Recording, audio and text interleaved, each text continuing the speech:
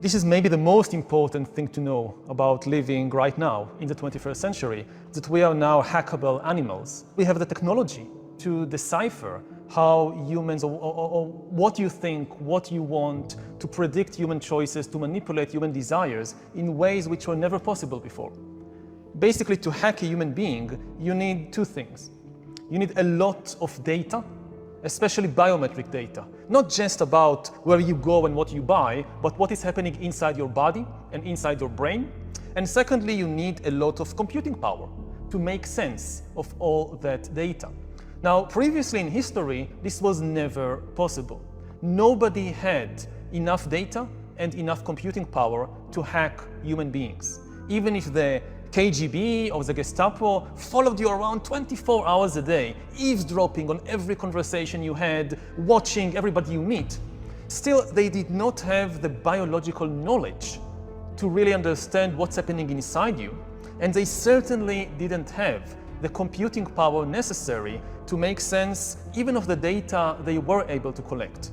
So the KGB could not really understand you, could not really predict all your choices or manipulate all your desires and so forth. But now it's changing.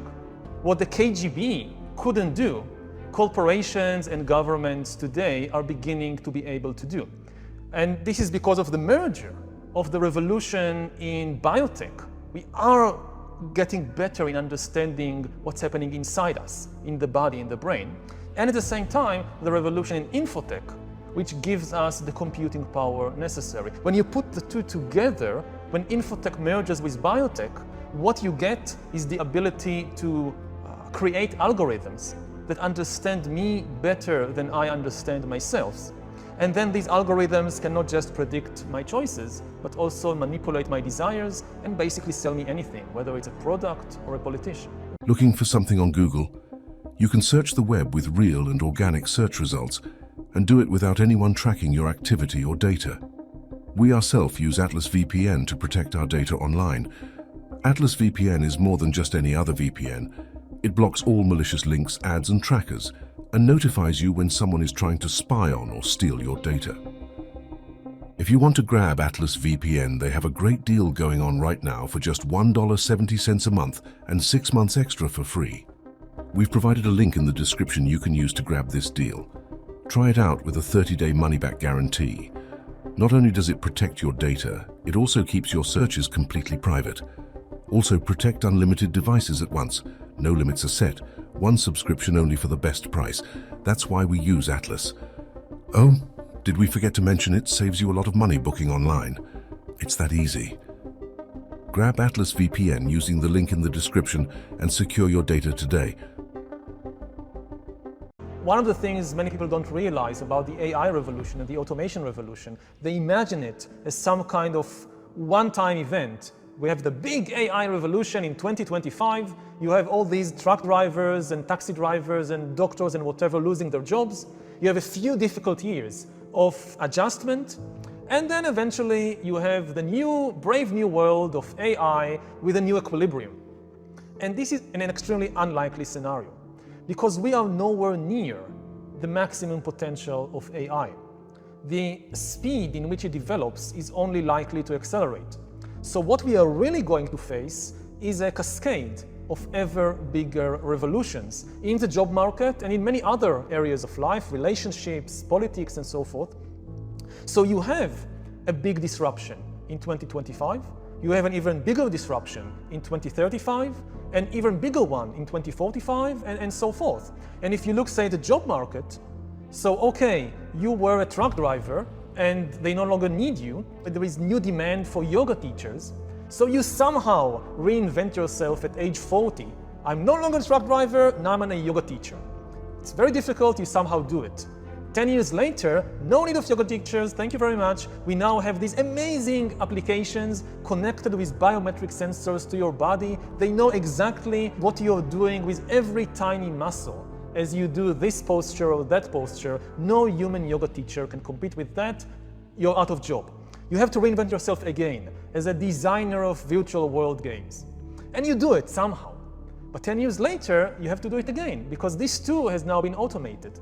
And even if you get support from the government and there is all these education for adult system. The really big question is, again, it's psychological. Do we as human beings have the mental stability and the emotional intelligence necessary to reinvent ourselves repeatedly? And when you're 20, what you're doing is basically to reinvent yourself or to invent yourself for the first time. And it is very difficult. When you're 30, it's even more difficult, but you somehow do it. But when you get to be 40, 50, 60, it becomes more and more difficult. You have more to let go of. I've invested so much in building this career, this personality, these skills. To give it all up and start again from anew, it's so difficult. So I don't know whether we can do it. We haven't seen nothing yet. We are still just at the tip of this revolution.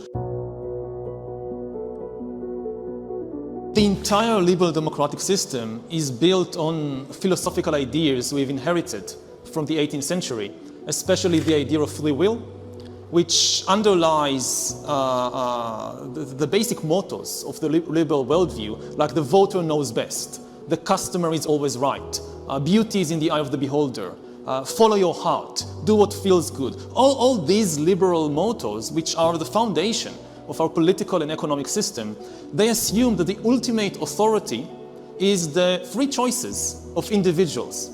This was okay for the last 2 or 3 centuries, because even though free will was always a myth and not a scientific reality, science knows of only 2 kinds of processes in nature. It knows about deterministic processes and it knows about random processes. And their combination results in probabilistic processes. But randomness and probability, they are not freedom. They mean that I can't predict your actions. Now, up till now in history, the humans were so complicated that from a practical perspective, it still made sense to believe in free will. Because nobody could understand you better than you understand yourself. You had this inner realm of desires and thoughts and feelings which you had privileged access. The privileged access now belongs to corporations like Google. They can have access to things happening ultimately inside my body and brain which I don't know about. There is somebody out there, not just one, all kinds of corporations and governments, that maybe not today, maybe in 5 years, 10 years, 20 years, they will have privileged access to what's happening inside me, more privileged than my access. They could understand what is happening in my brain better than I understand it. You don't have to give them permission. In some countries, maybe you have no choice at all. But even in a democracy like the United States, a lot of the information that enables an external entity to hack you, nobody asks you whether you want to give it away or not. Now, at present, most of the data that is being collected on humans is still from the skin outwards. We haven't seen nothing yet.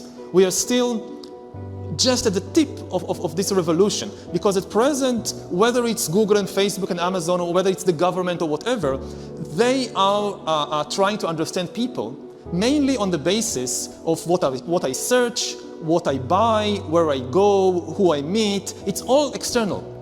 The really big revolution, which is coming very quickly, will be when the AI revolution and machine learning and all that, the infotech revolution, meets and merges with the biotech revolution and goes under the skin. The microchip actually in his hand. The tiny implant is the latest advance in a biohacking technology. It serves as his keys, his ID, and his wallet. When biometric sensors or even external devices, now we are developing the ability, for example, to know the blood pressure of individuals just by looking at them. You don't need to put a sensor on a person.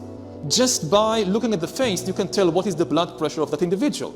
And by analyzing tiny movements in the eyes, in the mouth, you can tell all kinds of things from the current mood of the person. Are you angry? Are you bored? To things like sexual orientation. Biometric systems can recognize a person's specific physical attributes, their fingerprints, facial features, iris, or retina. The technology is already used around the world. So we are talking about a world in which humans are no longer a black box.